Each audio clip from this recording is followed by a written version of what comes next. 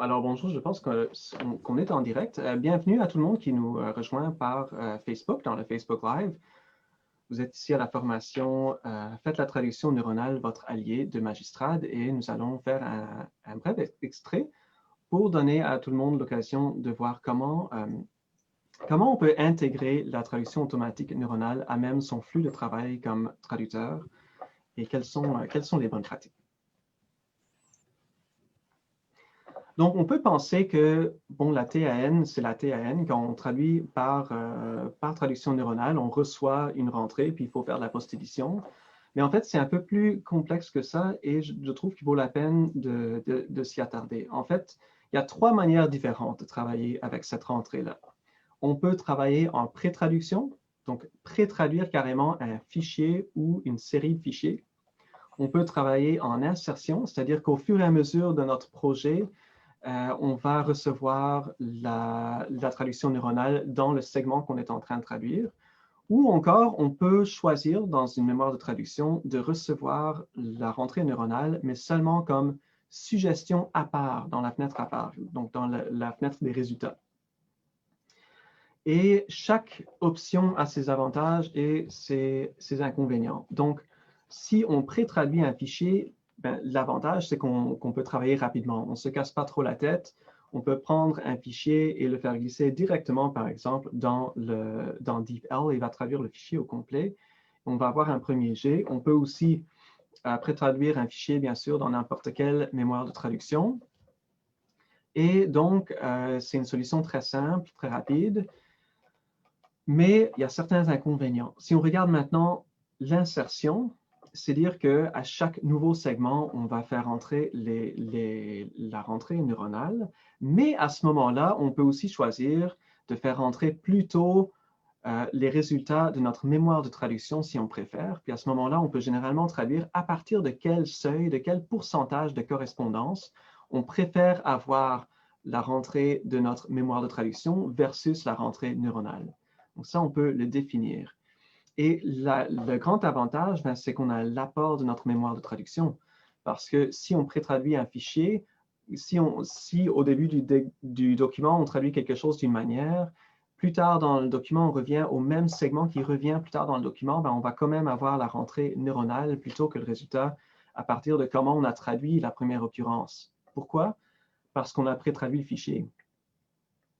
Donc, si plutôt on opte pour l'option insertion au fur et à mesure, quand on arrive à ce segment-là, automatiquement, c'est notre traduction précédente qui va rentrer dans la case, dans le segment. C'est ça la grande différence et ce n'est pas négligeable, c'est très important de comprendre ça, car comme on le disait, la manière dont fonctionnent les mémoires de traduction aujourd'hui, c'est qu'on peut choisir soit de recevoir une rentrée neuronale, soit la traduction humaine qui vient de notre mémoire de traduction. Mais les deux ne peuvent pas être combinés encore. Ça s'en vient probablement dans un avenir proche.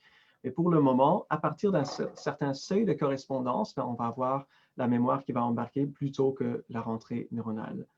Donc, c'est là où on en est un petit peu dans la technologie d'aujourd'hui. Enfin, si on préfère, on peut aussi utiliser ce que j'appelle le mode suggestion. C'est quand on a la rentrée neuronale, mais seulement dans la fenêtre à part, dans les résultats, sans qu'il soit inséré automatiquement dans le segment où on travaille. Donc ça, vous imaginez probablement déjà, c'est idéal pour des contrats très créatifs. Si on fait de la création pure, on est dans du marketing, on n'a pas nécessairement envie d'avoir une rentrée neuronale. Mais par contre, avoir des suggestions pour se rappeler des petites... des locutions de tous les jours qui ne nous viennent peut-être pas à l'esprit tout de suite quand on est en train de traduire, ça peut être drôlement intéressant. Donc, ce sont les trois grandes manières de travailler. Si on regarde à quoi ça ressemble dans les faits, voici la fenêtre Automatic Lookup and Insertion de MemoQ. Et maintenant, chaque mémoire de traduction a sa propre fenêtre de ce genre. Donc, ça, c'est juste une mémoire, mais ça donne une bonne idée. Ces fenêtres-là se ressemblent quand même passablement. Donc, en mode suggestion, on peut faire Automatically Scan Segments, donc pour trouver les résultats dans les mémoires aussi bien que la sortie neuronale. Puis là, on peut choisir si ou non on va insérer la sortie neuronale et on peut le décocher pour que ce soit en mode suggestion seulement. Donc, si on regarde chaque option, qu'est-ce que ça veut dire? Automatically scan, c'est juste trouver les résultats dans la mémoire ou vos fichiers de référence, vos glossaires. Donc ça, normalement, par défaut, tout traducteur va le cocher. Ensuite, automatically insert best result after confirming segments. C'est ça qui va faire qu'au prochain segment, on va insérer quelque chose qui provient de la mémoire ou la sortie neuronale. Donc ça, normalement, on va le cocher. Là, on a dans la troisième option, Keep processing segments until one meets go to next condition. Ça, ce sont des règles qu'on peut se créer, des règles plus avancées pour quand on veut faire de l'insertion. Ce qui est surtout important ici, Auto Insert Options, Insert Best Translation Memory or Corpus Hit. Puis là, c'est ici qu'on peut fixer le pourcentage. Ici, on l'a mis à 40%, par exemple. Mais on peut le mettre plus haut ou plus bas selon ses besoins. Puis ici, on peut cocher Insert Machine Translated Hit if no suitable translation memory hit is present. Donc, généralement, quand on travaille avec la traduction neuronale, c'est ici qu'on va cocher. Enfin, beaucoup de mémoires de traduction vont offrir l'assemblage, Insert Fragment Assembled Hit, ce qui veut dire que si on ne trouve rien d'intéressant dans la mémoire de traduction, ou plutôt juste des éléments intéressants, il va les mettre ensemble. Il va créer une sorte de soupe d'éléments qu'on a déjà traduits au préalable. Mais souvent, ça donne du charabia. Donc, ce n'est pas tout le monde qui va cocher cette option-là. Beaucoup de traducteurs ont abandonné un peu les options d'assemblage. Si ça fonctionne pour vous, tant mieux, mais souvent, ça donne un peu du charabia. Et enfin, on peut choisir de copier la source dans la cible si on ne trouve rien d'autre. Mais généralement, si on a coché l'option de faire entrer la traduction machine, on va faire entrer d'abord la traduction neuronale avant de revenir à insérer le segment source.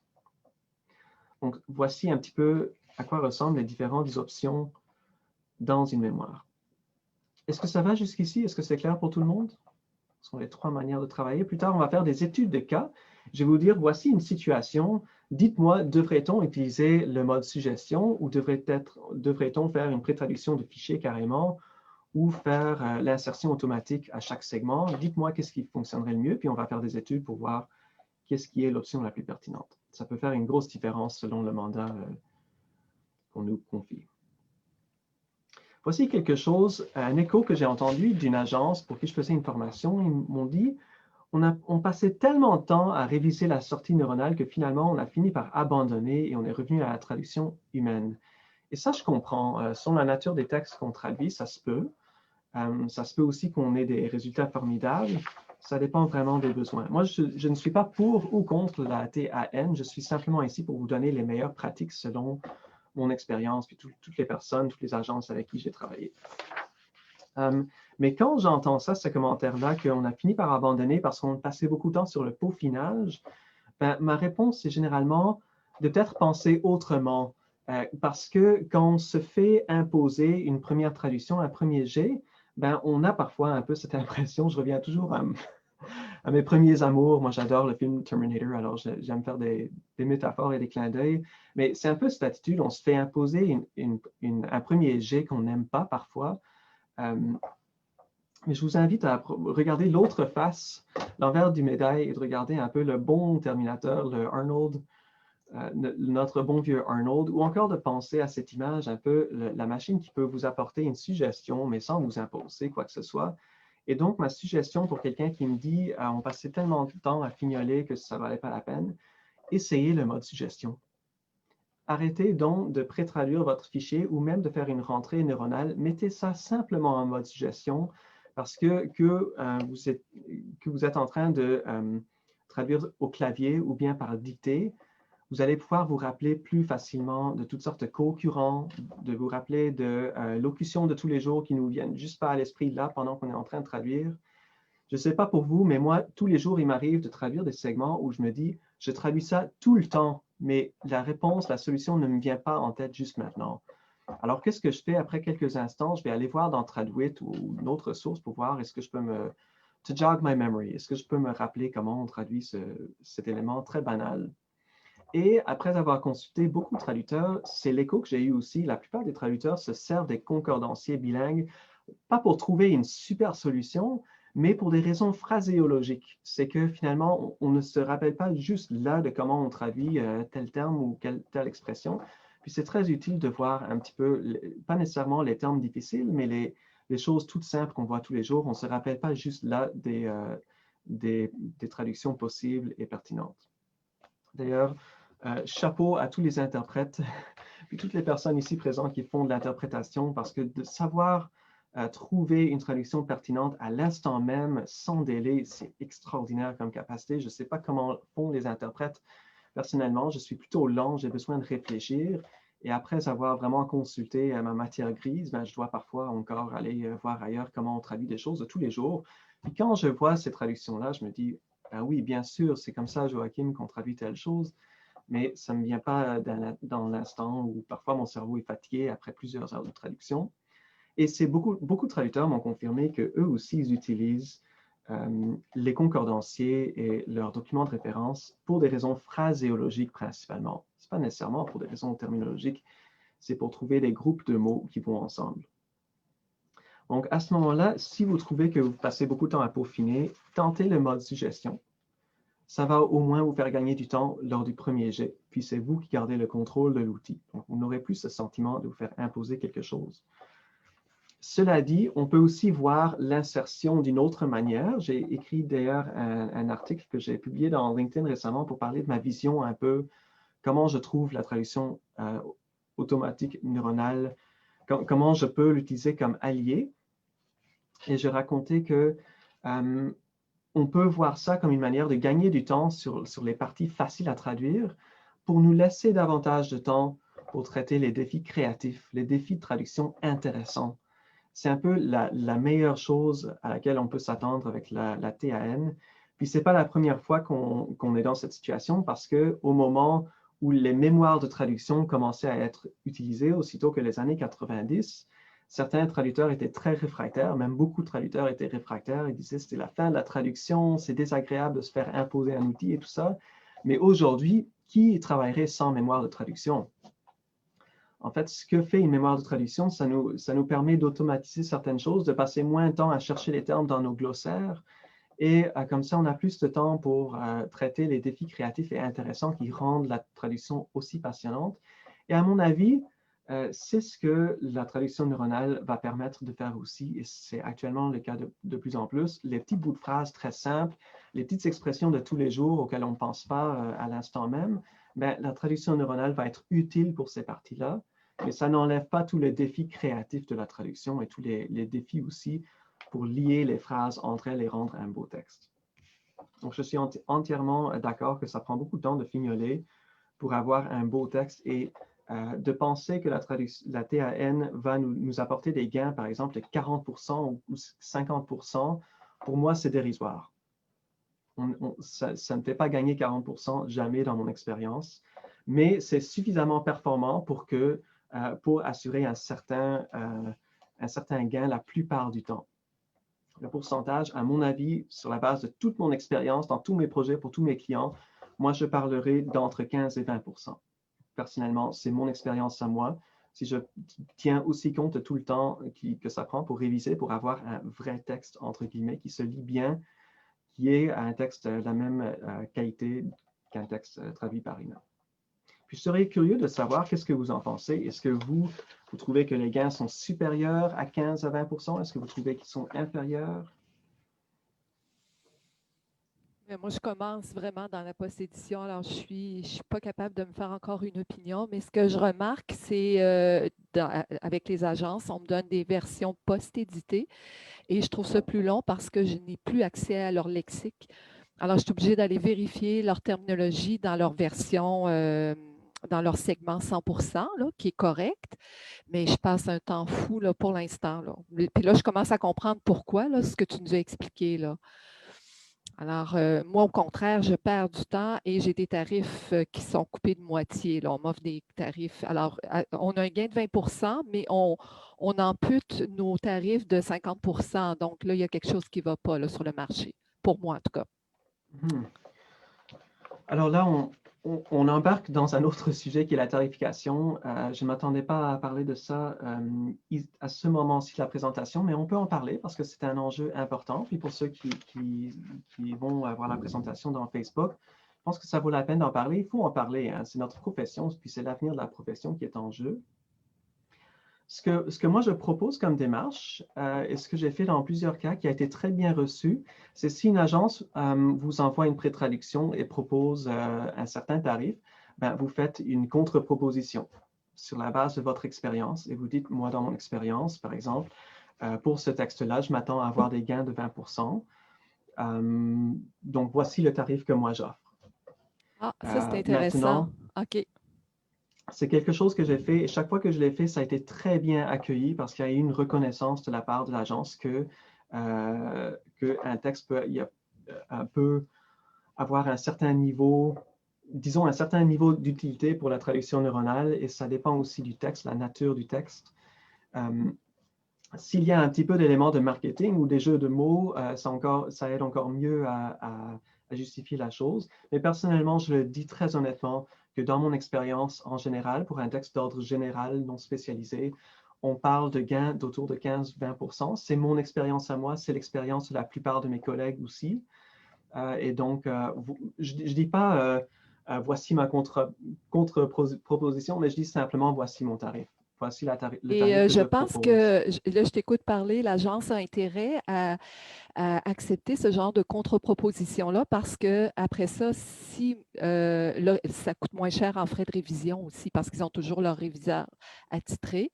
Alors, si ils nous payent un peu plus, donc on a décemment plus de temps à mettre sur la traduction, bien, leur réviseur prend moins de temps à corriger aussi à l'autre côté. Donc, on est gagnant-gagnant dans cette perspective-là. Merci pour la proposition. Je vais l'essayer. Absolument, et j'aime beaucoup ce que vous dites. Je pense que gagnant-gagnant, c'est le mot d'ordre. C'est vraiment la clé pour le contexte actuel où on se trouve avec la traduction neuronale, que ce soit avec les agences ou même des clients directs en certains cas. Trouver une solution gagnant-gagnant, c'est vraiment ce qu'il faut faire à mon avis. Puis si tout le monde, on s'entend dans le domaine que nous, d'abord, on se donne le droit de faire des contre-propositions et puis qu'on s'entende sur un petit peu le niveau d'utilité de l'outil. Je pense que ça va être utile aussi pour les agences. On va être tous gagnants à avoir un petit peu un barème, qu'on soit all on the same page là-dessus. D'ailleurs, ici, si je regarde ce que disent certains participants dans les commentaires, sans les nommer, je vois une personne qui dit environ 20% c'est réaliste. Une autre personne qui a écrit que cette personne-là a fait un test avec Trados et la traduction neuronale en mode suggestion a accusé un gain de 16%. Donc, c'est tout à fait dans la norme. C'est ce que je trouve moi aussi et dans toutes les formations que j'ai données. Tout le monde m'a donné cette rétroaction-là. Moi, j'ai fait des tests vraiment où j'ai noté mes temps, j'ai noté combien de temps j'ai mis sur un texte comparable et c'est vraiment de l'ordre de 15 à 20% en moyenne, toutes choses confondues. Donc, si vous voulez me citer, vous pouvez me citer. Absolument, absolument. Je n'ai pas de problème avec ça. C'est vraiment, c'est mon expérience. Puis je ne suis pas seul là-dedans. Donc, je pense que c'est important pour le bien de tous de reconnaître l'apport réaliste de la machine. Moi, j'aime beaucoup travailler avec ça. Je n'aimais pas au début, mais depuis que j'ai changé mon attitude et que je vois ça vraiment comme une suggestion qu'ensuite je vais m'approprier, je trouve ça agréable parce que j'ai besoin de faire moins de recherches phraséologiques notamment. Mais il faut dans notre négociation qu'on soit réaliste, qu'on soit honnête aussi, qu'on soit honnête par rapport aux gains réels de la technologie et qu'on le dise, qu'on n'accepte pas n'importe quoi dans nos contrats. Une personne a partagé qu'elle fait de la post-édition et parfois le travail est très important. Des fois, on peut passer plus de temps à réviser que de faire de la traduction en tant que telle. Anglicisme syntaxique et terminologique souvent inadéquat, qualité du texte de départ. Oui, la qualité du texte de départ est un énorme enjeu et vous faites bien de le faire remarquer. Donc, c'est vrai. Et moi-même, dans les textes que j'ai choisi à vous montrer aujourd'hui, je pense que les textes sont assez clairs et bien rédigés en partant. Ils ont été rédigés par des professionnels et ça fait une différence en effet. Maintenant, parfois, quand j'ai eu des textes clients qui étaient moins bien révisés, il y avait plus d'ambiguïté, de problèmes. Donc, c'est tout à fait pertinent de le faire remarquer. Donc, c'est peut-être un argument de force également si vous recevez un texte à traduire d'une agence et que le texte de départ est mal rédigé ou vraiment des phrases qui ne se tiennent pas, ben, c'est un argument pour proposer un tarif adéquat.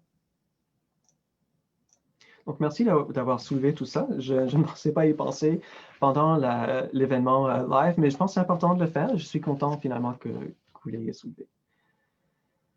D'ailleurs, pour revenir à la question du temps qu'on passe à faire de la recherche terminologique et phraséologique, avez-vous une idée de quel pourcentage de notre temps en traduction on passe sur la terminologie et la phraséologie? Puis si vous avez assisté à mes autres formations, vous ne pouvez pas répondre. Seulement pour les nouveaux arrivés. Je dirais que ça doit dépendre tellement du type de texte.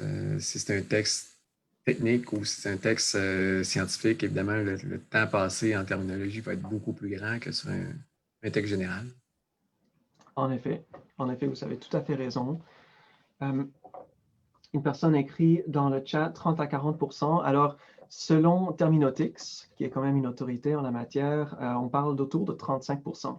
Donc, bravo à Karine, c'est vraiment, c'est en plein dans ça, entre 30 et 40%, on parle d'environ 35%. Donc, imaginez-vous d'avoir à éviter une grande partie des recherches, notamment phraséologiques, parce que les parties faciles des phrases sont déjà retranscrites, sont déjà traduites. C'est quand même un atout.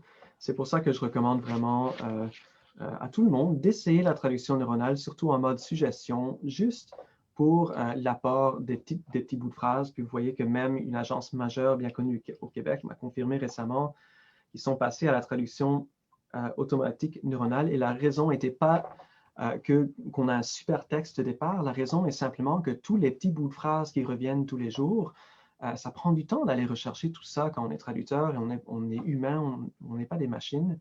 Donc, ça permet d'éliminer une partie de ce temps-là et de le mettre plutôt sur les défis de style et les défis des termes, des mots plus difficiles à traduire. Il y a une chose que je remarque aussi, là, étant donné mon expérience de réviseur, j'ai remarqué que la plupart des gens ne pensent pas utiliser Antidote pour aller vérifier les co-occurrences qui justement nous permettent de régler rapidement ce type de problème-là. Est-ce qu'avec achat, j'utilise effectuer, faire, etc. Et j'en ai tellement corrigé de problèmes comme ça, alors que facilement, on peut aller vérifier en Antidote. C'est juste un réflexe à développer.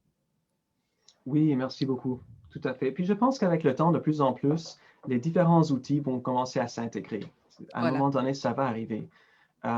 D'après mes discussions, mes échanges avec différentes entreprises informatiques, on n'est pas encore rendu là parce que chaque entreprise a un peu son terrain de jeu, si on veut, son domaine, et il ne veut pas trop empiéter sur les autres ou se faire empiéter. Donc, ils restent tous, pour le moment, on a Antidote ici, on a une mémoire de traduction là, on a une compagnie qui fait des corpus ici, puis on fait une sorte de mélange, nous, comme traducteurs, on utilise plein de logiciels différents, mais je pense que forcément, avec le temps, tout ça va commencer à s'intégrer directement dans une seule...